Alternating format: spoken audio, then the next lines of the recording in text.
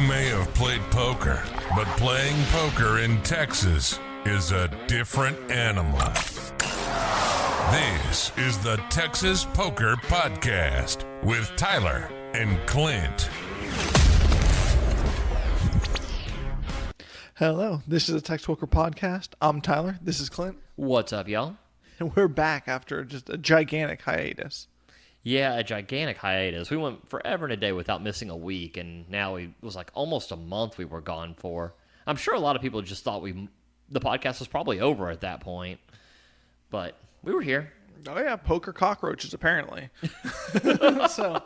But yeah, I mean, what ended up happening was I ended up moving, and all the podcast stuff was in my apartment, so it was all boxed up. But now we're back and reset up.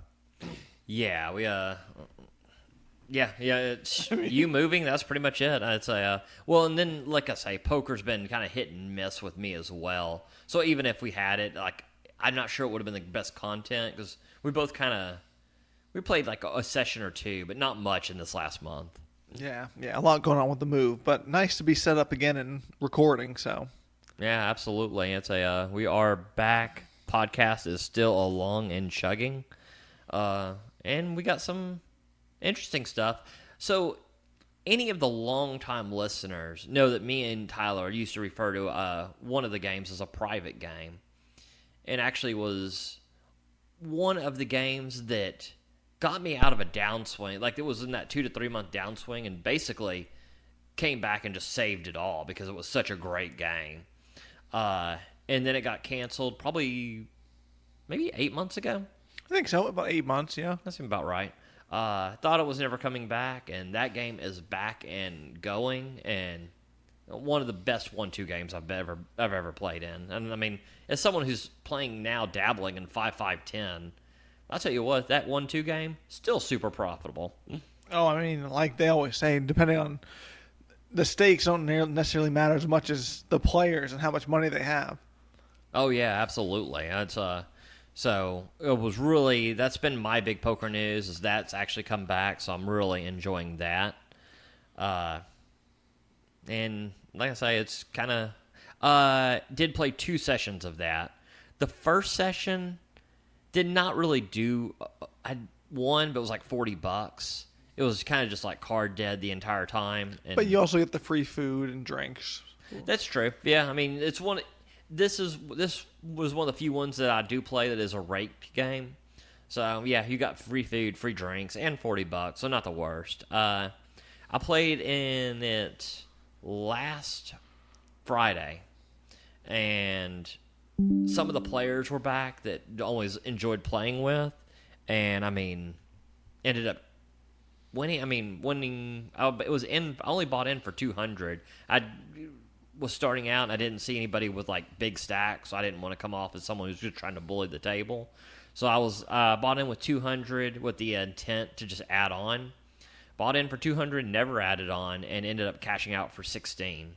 Jeez, $16 is nice. So that was a pretty big, nice win. I did have one hand I was pretty happy with.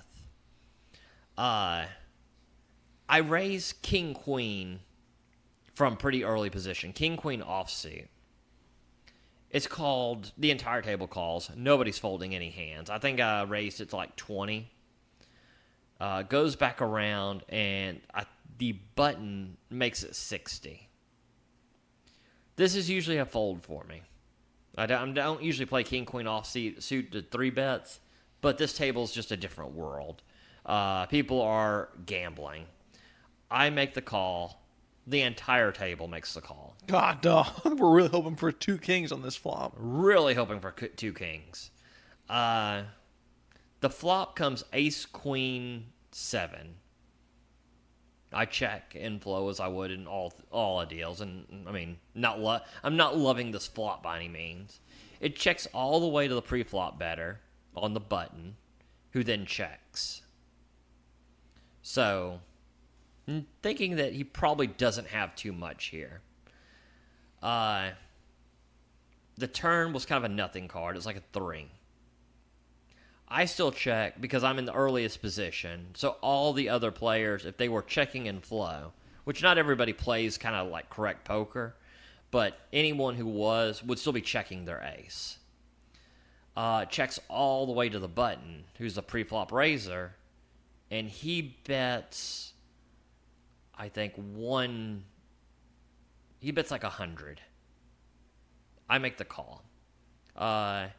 Once he checks that flop, I don't know how many aces he has. I don't know why you would ever check that flop, and with that many people, with so many two pairs being kind of random two pairs being able to hit and all that. And I do have middle pair best kicker. I call, nobody else calls. The river comes like another low card. I check, and he bets 375. I want to make sure the pot. I would say when I had him spread the pot because I kind of lost the amount of what it was, but it ended up being just under pot. So I'm like getting 1 to 3. I didn't love it because I'm like, well, some people just show up with hands you don't think they'll have all the time. Especially in these private games. Yeah, absolutely. Like these loose, crazy private games. I mean, any two pair is available. I mean, any random ace rag is available, but... Yeah, so... But I did think, I was like, well, I've got queen with the best kicker, and most aces would be betting the flop. End up making the call, and he turned a backdoor flush draw and decided to bet it, and then bet when it bricked the river. So ended up winning a pretty gigantic pot off a middle pair in a multi-way pot. I was pretty happy with that. Yeah, that's a very nice call.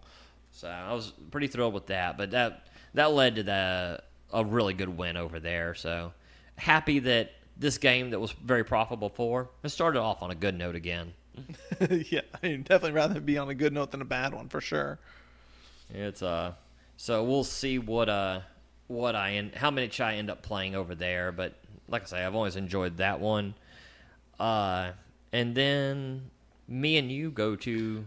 Is the game a Thursday or a Friday game? Because I remember you said it on a Friday, but I thought they had a Thursday and a Friday game. Are they bringing two back, or are they doing tournaments, or is it all just private random games? Well, I don't think it'll ever be a tournament, but they are deciding if it's going to be Thursday or Friday. I have a feeling it might eventually be both days, but right now they're trying to decide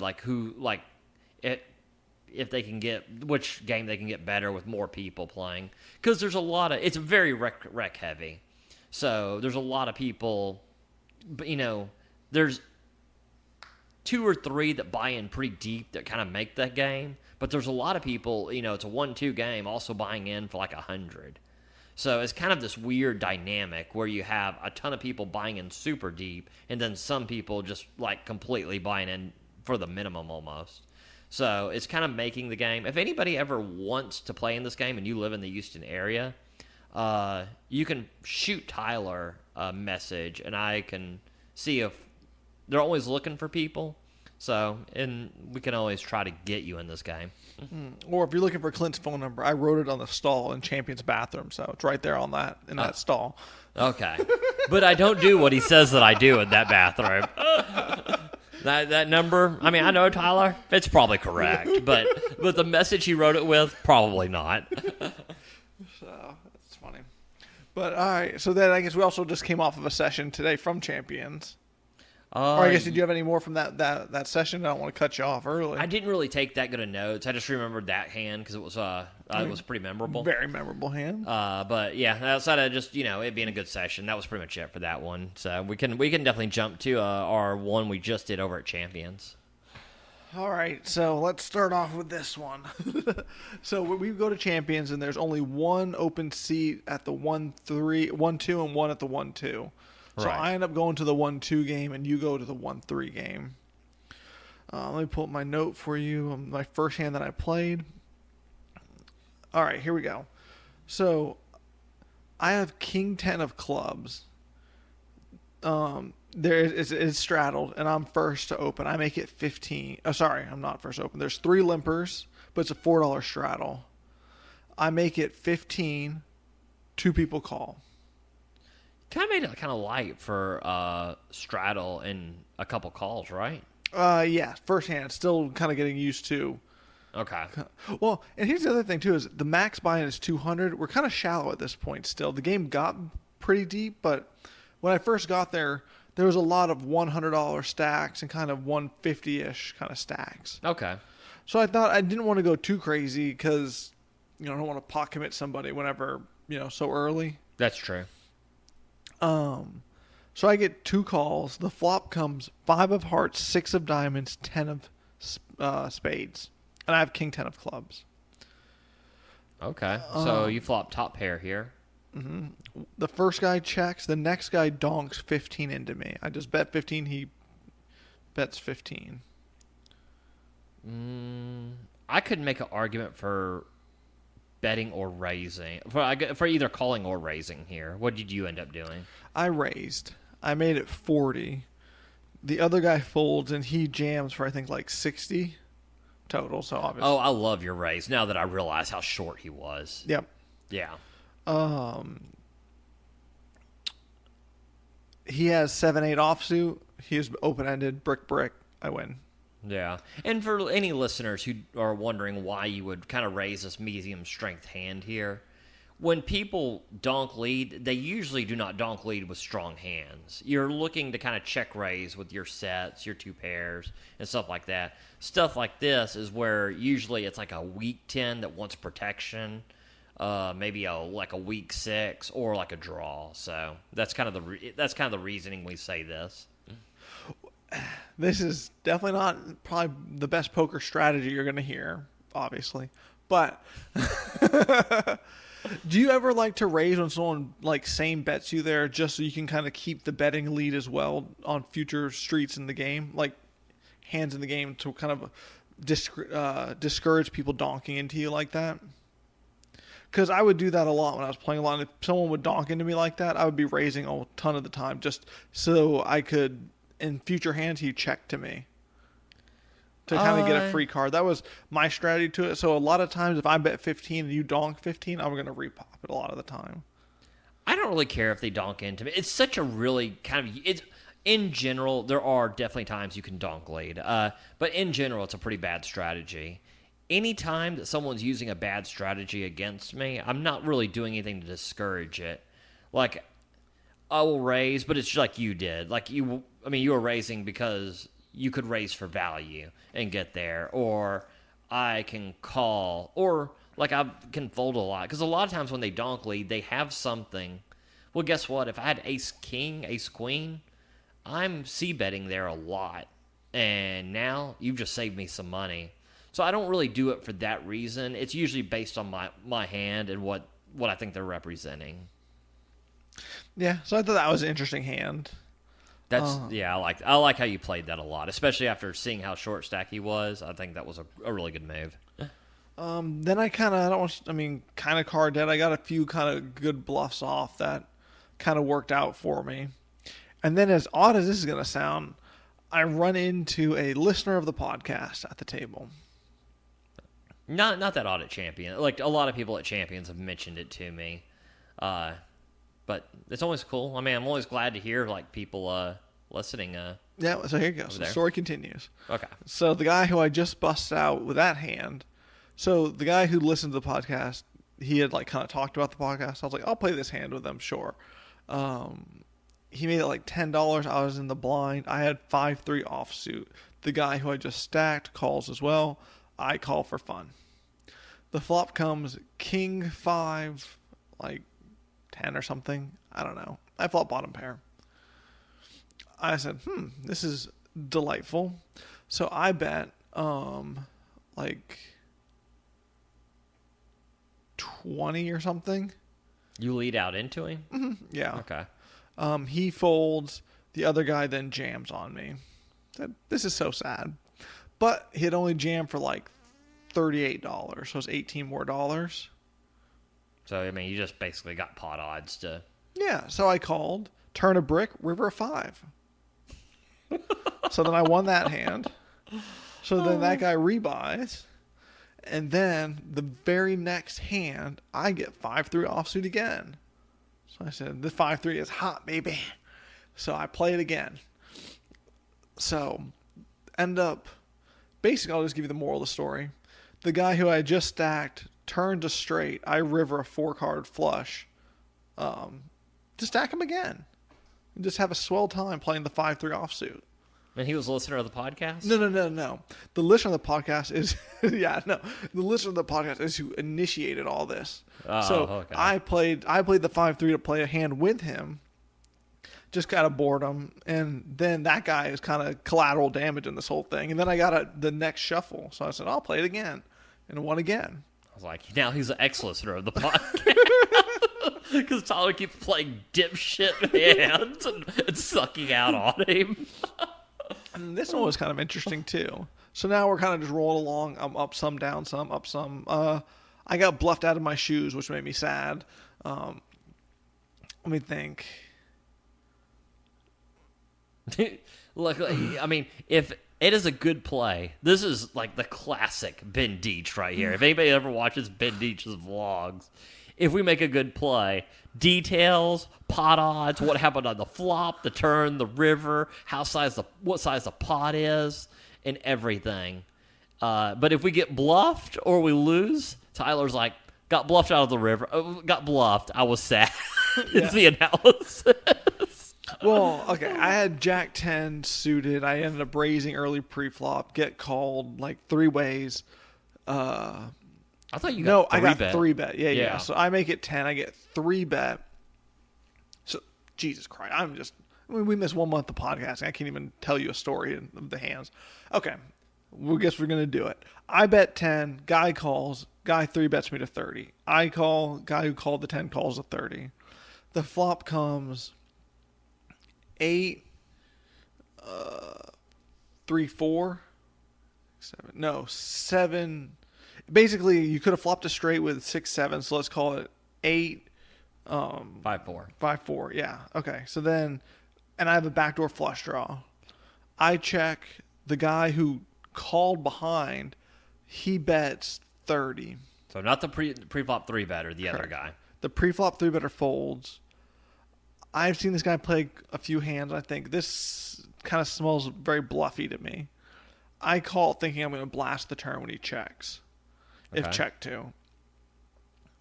The turn is a jack of spades. Now top pair. I check thinking, I'm probably good here. I thought he was bluffing. Now I definitely think I'm ahead. He then jams all in for like 165. Big bet for the spot, right? Big bet, yeah. So, because I mean, it was. Oh well, the 3-bet was 30, right? Yep. So there's 90 pre-flop. 30, 60, 90, 120, 150. I guess it's like a pot. It's a little over a pot size bet. Yeah. And I hem and haw, and I think this should be a call, but I got scared and folded. And I pay him to see his hand, and I got bluffed. I mean, I don't know. I still don't have a problem with this fold, though, because with you raising, him being a caller, it sounds like he's playing any random 2 cards here. Yeah. And then calling the 3-bet. He could have a straight here. He could have random 2 pairs here. I mean, sets make a ton of sense. And a lot of stuff, like 8 would have checked to a jack. I mean, I don't know. I mean, it's very... I don't think this is a bad fold. I think it's just, in this one instance, it was he was bluffing. But honestly, don't think this is a bad fold, looking at it. Yeah, well, it was just sad, because I was pretty sure he was bluffing, and then he bet, and I got scared and folded, and then he shows that he's bluffing. So I'm like, wow. Yeah, I mean, it was a read you made, and then... kind of went back. But, I mean, here's the thing is, your reads should change with added information. Yeah, they should. If they didn't, I would have won. But, then, basically, like 2 hands later, I then get donkey and just start calling random cards because I'm tilted and lose about $8. So then, then I end up playing the next hand where I have Jack 10 offsuit. I raise under the gun, tilted, get 4 callers, about 50 in the pot counting me. Flop comes Jack 10-10. That's a nice flop. Or Jack 10, something like that. Yeah, full house. Flop a full house. That's a nice. I mean, yeah. So with a flush draw on board. I checks around. I'm sad. The turn is a 3 of clubs. Did you ever think of, like, I think this is a flop a lot of times I bet super small on. Did you ever think of, like, betting super small? I thought about it, but I was still so stunned that I had what was hopefully going to be a winning hand. I mean, I will say, I'm not sure what I'm hoping to get called by either. It was just something I know I might do sometimes. I was just curious if it crossed your mind. Turn was a 3. I check, thinking obviously it's check. I mean, not obviously checking through, but hopefully someone's catching something. Guy bets 20. Guy behind him calls. I call. Other guy folds. So now we're three ways to the river. It is a random 7. I then someone having 8-9 would be great. I bet 70. Get called pretty quick. Then the guy behind folds. I show my hand. I win. That was a pretty big hand for me. A lot of decision points. Like on the turn, did you think about raising? Thought about it, but I mean, it's never great when whenever he bets, he's like, I'm going to see you slow playing. Yeah, I mean, it's literally so obvious that it was even announced ahead of time. Yeah, you're right. It is very, yeah, it's kind of tough to not have a gigantic hand when you do that. So that is a good point. Here's an interesting hand for you. Okay. Here's a real interesting hand. So, I'm on my phone texting. I text my girlfriend. I'm going to try to win $5 this hand. I'm about to leave. I'm going to call you in a second. I'm going to try to see if I can't win a hand in this last shuffle. I get dealt queen deuce suited. Not the worst. I mean, as the hand to go out on, I was like, sure, this is my $5 hand right here. Okay.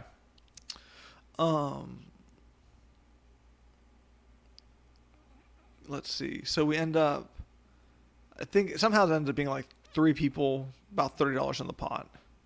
So now I have to win 15. But so now flop comes 7 deuce deuce with 2 diamonds. It's a good flop when you're holding queen deuce. Yeah.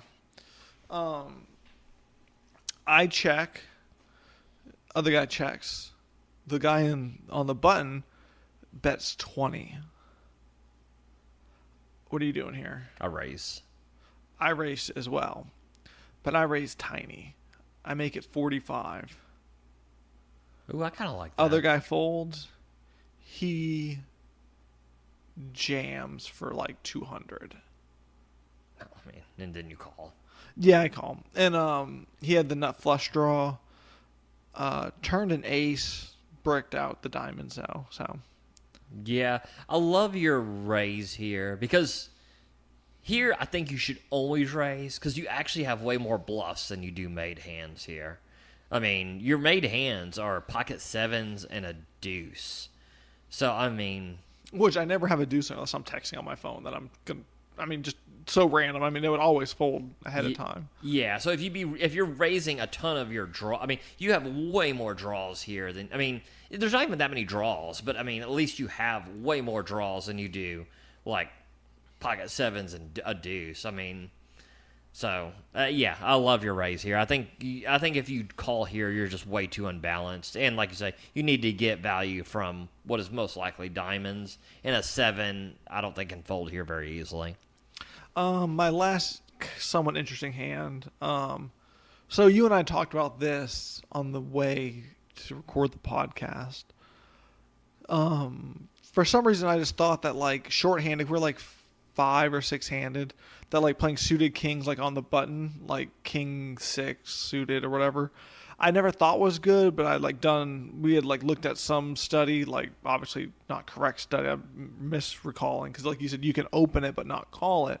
Right. But we were shorthanded. I did call it a $10 bet from the button heads up. Okay. With king 6 suited, thinking not the worst, probably gonna end up folding, but whatever. Okay. Flop comes king 3-6, 2 hearts. Good flop for king 6. Yep. Guy bets 20.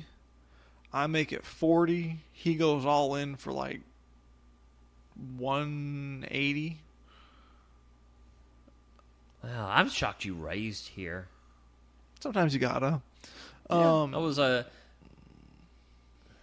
Was there a? Yes, there was a flush draw. Yes.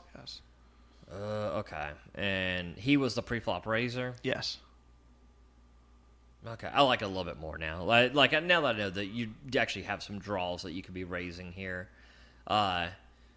with him having kind of the range advantage here, a lot of times I would just call and then look to raise turn. But you're right. Like if there's a lot of things that's good, there's a lot of cards that could make this difficult. Actually, He jams. I call. He has pocket aces. Aces get cracked. End up profiting like just under $800 on the session, like $760 something.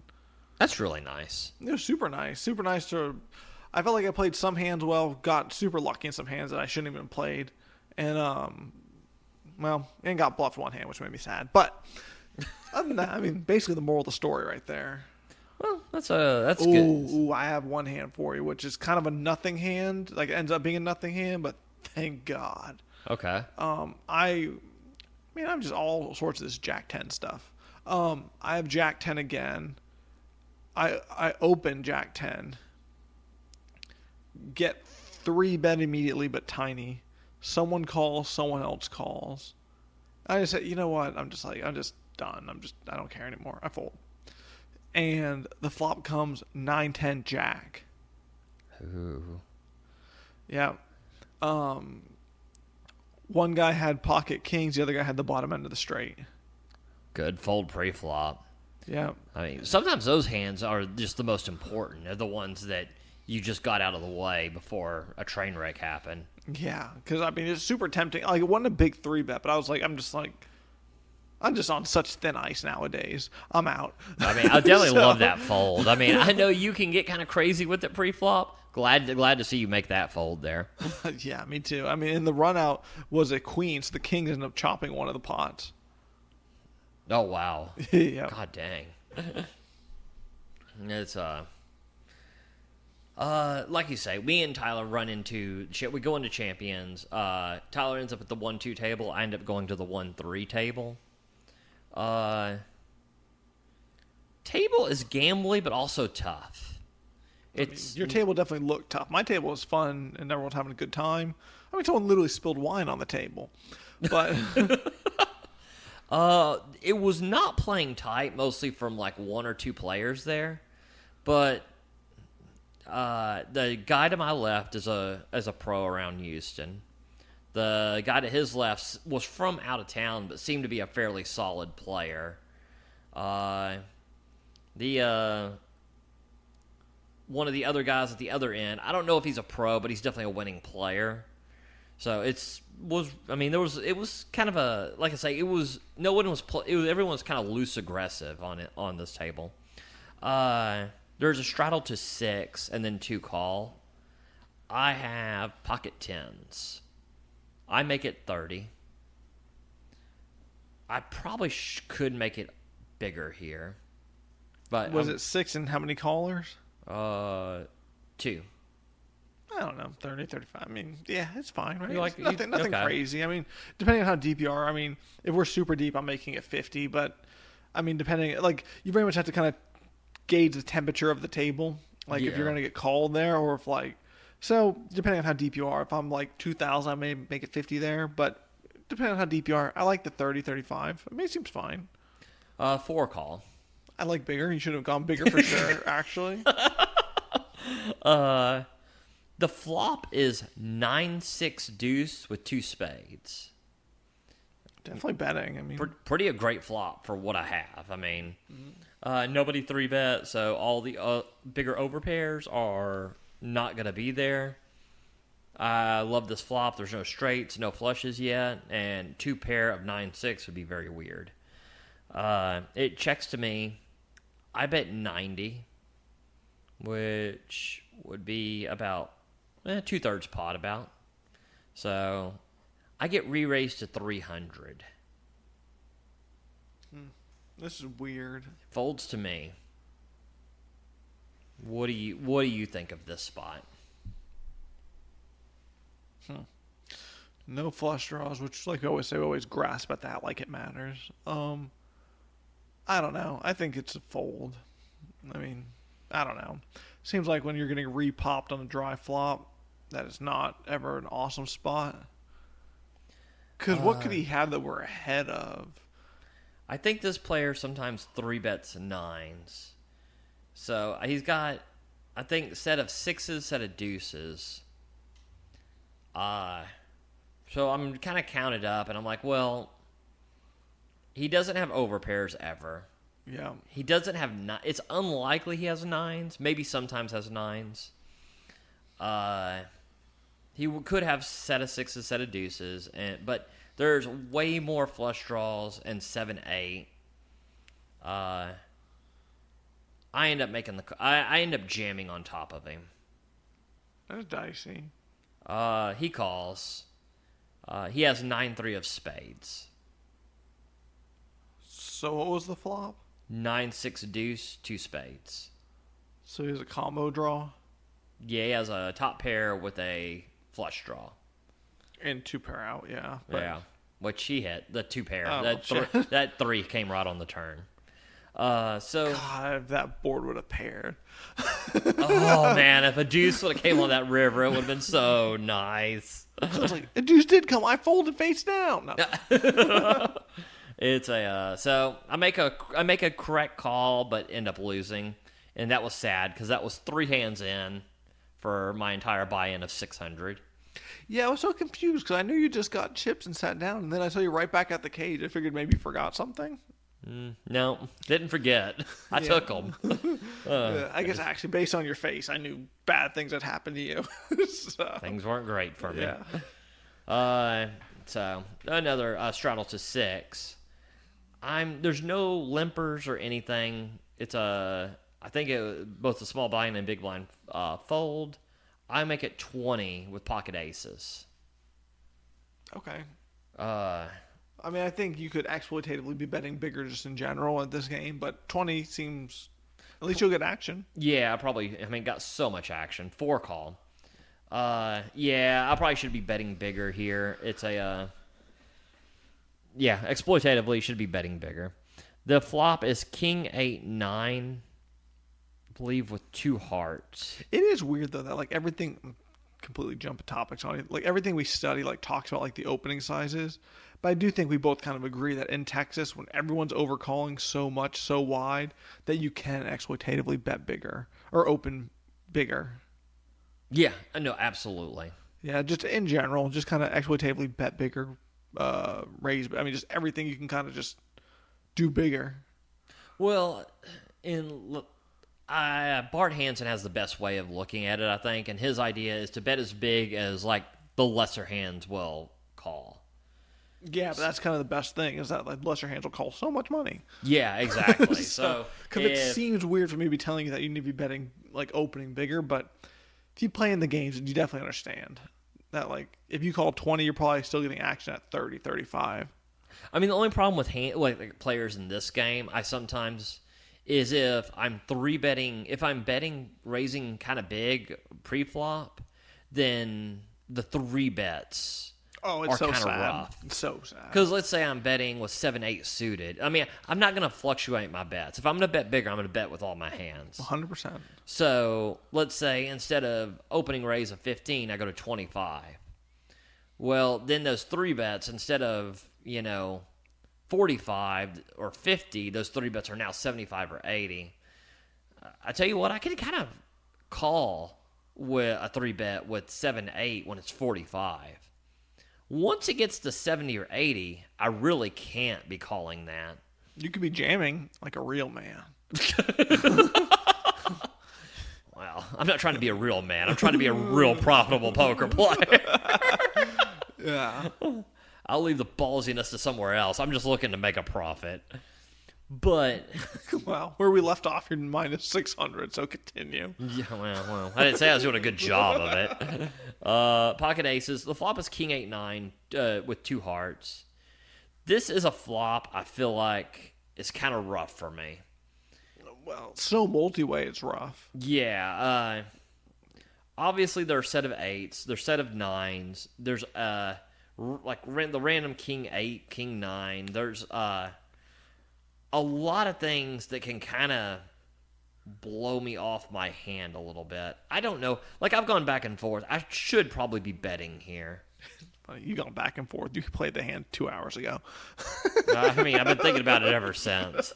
I check this because I think it's easier to check call than bet into multi-way and call a re-raise.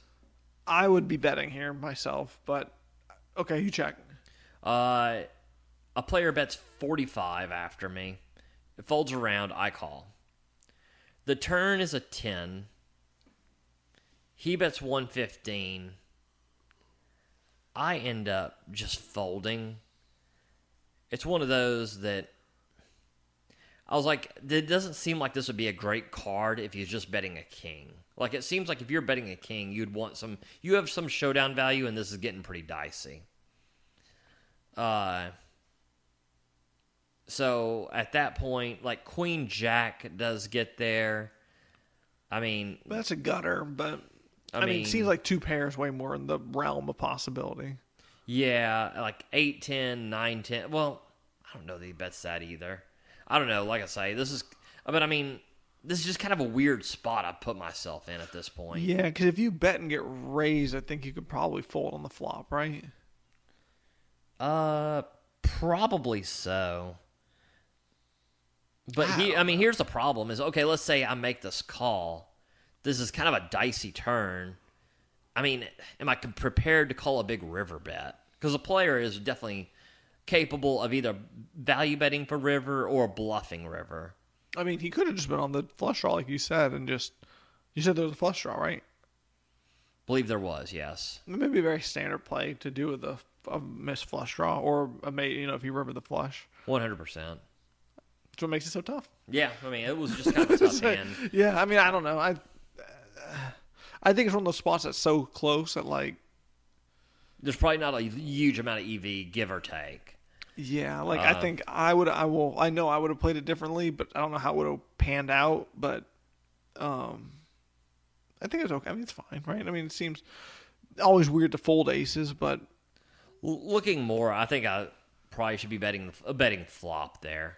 I don't think it's so connected that I can't bet flop. I mean, I think King 8-9 is very different than like 6-8-9 or 7-8-9 or 8-9-10 or something like that. I think having it back, I would much rather bet flop. It was just it being so multi-way and that kind of being a somewhat dangerous flop.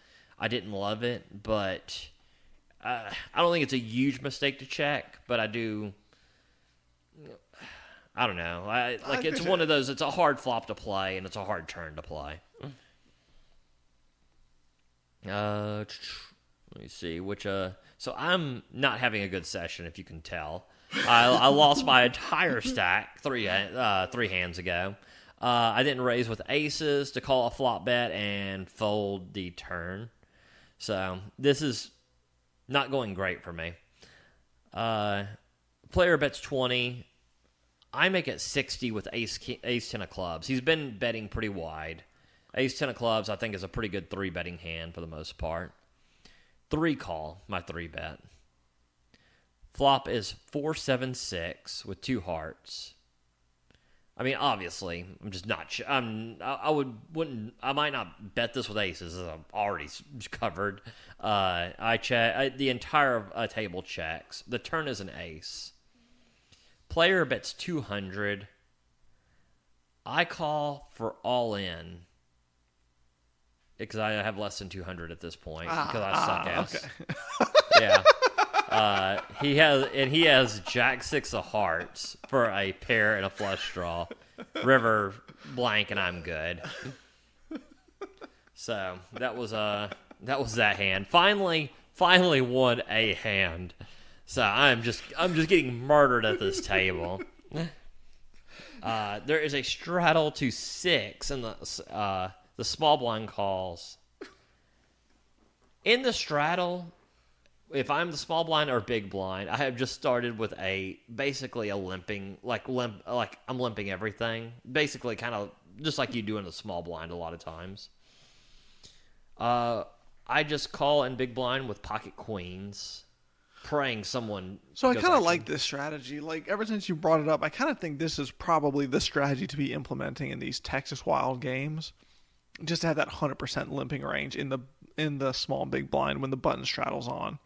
I like that a lot just because so often if everybody limps, that button player is 3-betting or raising, not 3-betting. And then so often if you open, I mean, you're getting 3-bet. I mean, it just seems like it's so hard to play if you open, but if you limp, I feel like it simplifies things at least for you. Oh, I think it's been so profitable, I think. Yeah, I completely agree. It's well, when you raise, like you say, you're just getting so many calls and you're playing it so multi-way. And no, it's not like anybody can exploit it because I'm doing it with my entire range. I mean, I'm doing it with aces. I'm doing it with 5-6 suited. I'm doing it with 2-3 off. Yeah. Maybe I should start limping everything. I mean, my range is 100%. That's what you said, 100% limping range. So, a player makes it 30 and 2 call. It comes around to the small blind, who also limped and makes it 170. Oh wait, hold on. So everyone, you limp. You're in the big blind. Small blind limps. You limp. Right. Then what happens? A player makes it 30. Okay, how many calls? 2 calls of 30. Okay. Goes around to the small blind, and he now makes it 170. And what do you have? Pocket queens? I pocket queens. This is just gonna be so profitable. Okay. I jam. Yeah. Again, you have a tiny stack. 530. Ooh, this is spicy. Okay, I love it. All right.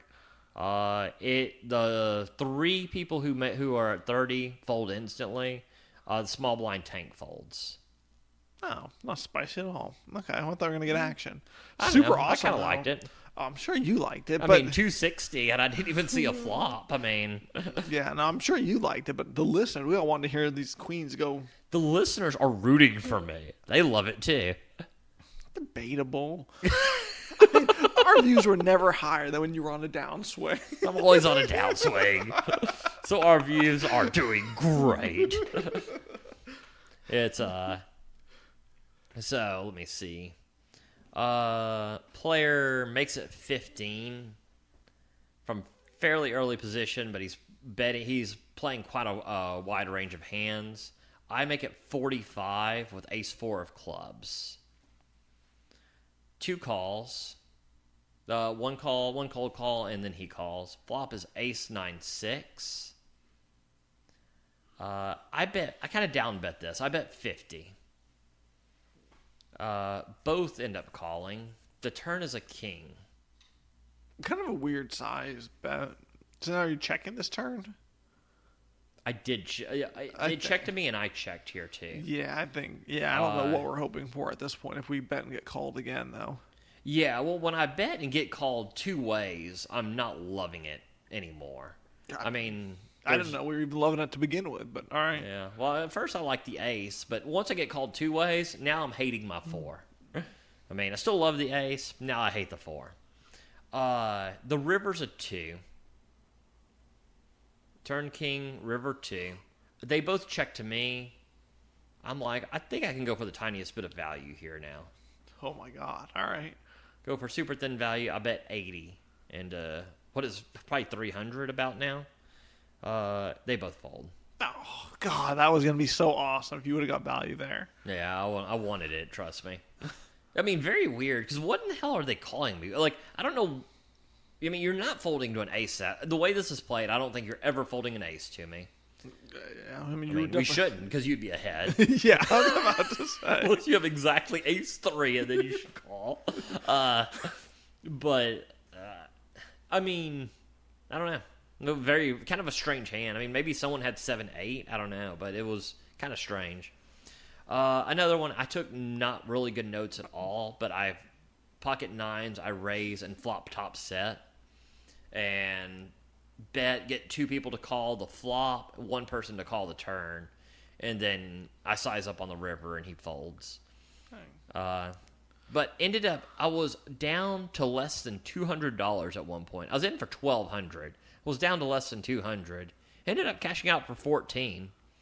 So It's after time and everything. So it was like $200 profit when I was just getting murdered for the first could not win a hand to save my life the first 2 hours. So I'm glad to, anytime you claw your way back for a profit, you're pretty happy about that. I have one interesting hand for you real quick before we go. Okay. I'm in the big blind, and I have a suited king of like, it's either like king, give me a low number. 4. King 4, suited. I end up limping, just checking in the big blind. Okay, I like that. Flop comes 4-4, like 7 or 9. I bet, it's a super tiny pocket. I went limped, right? So there's like $10 in there. So I bet 10. Goes fold, fold, fold. Then the dealer dumps the deck, starts handing me the pot. I mucked my hand and took the pot. Mm-hmm. Another player had cards still and was trying to call. I told him he's probably saved him money, but the dealer probably saved him money. But kind of a weird spot where I was like, that could have been really weird. You know, this exact thing happened to me at Empire the other day, too. It's, yours, I just take the money and,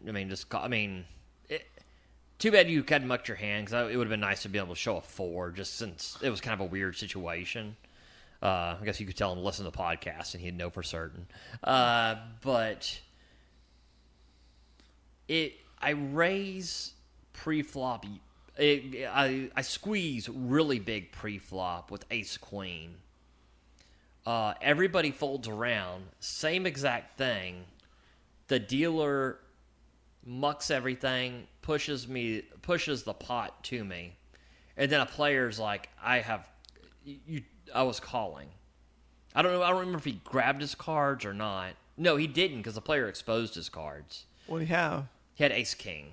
Whew. So what I did was, once he showed ace-king, I decided to just chop whatever was in the pot with him. I thought that was the most fair thing. So it's one thing if, like, he didn't show, because, people say shit all the time. But I was like, well, he was definitely calling. So I was like, well, the least I can do is, I just kind of got saved by dealer error. So I just kind of chopped the pot, and that way he at least got his money back. So you should have chopped the pot with him and the dealer. Give your half to the dealer. Yeah, no shit. But yeah, so that same thing happened to me as well. But yours was different because you were 100% definitely ahead, wishing you got a call. Yeah, it was a super tiny pot. Like, so there was like $12 in the pot or $9. It was so tiny. But, still an interesting spot, though. Yeah, it is kind of an interesting spot. More, if anything, just kind of an awkward spot more than anything. Yeah, but shoot, I guess on that note, do you have anything? I don't have anything. That seems to... Yeah, glad we could both go and have winning sessions. So that was really nice. Like I said, I was neutral. I was just happy I won, so... Yeah, I know you only care about yourself. I hate you. All right, on that note, this concludes Texas Poker Podcast. We'll talk to you next week. That was the Texas Poker Podcast. Go ahead and rack up, add time, and we'll see you next week.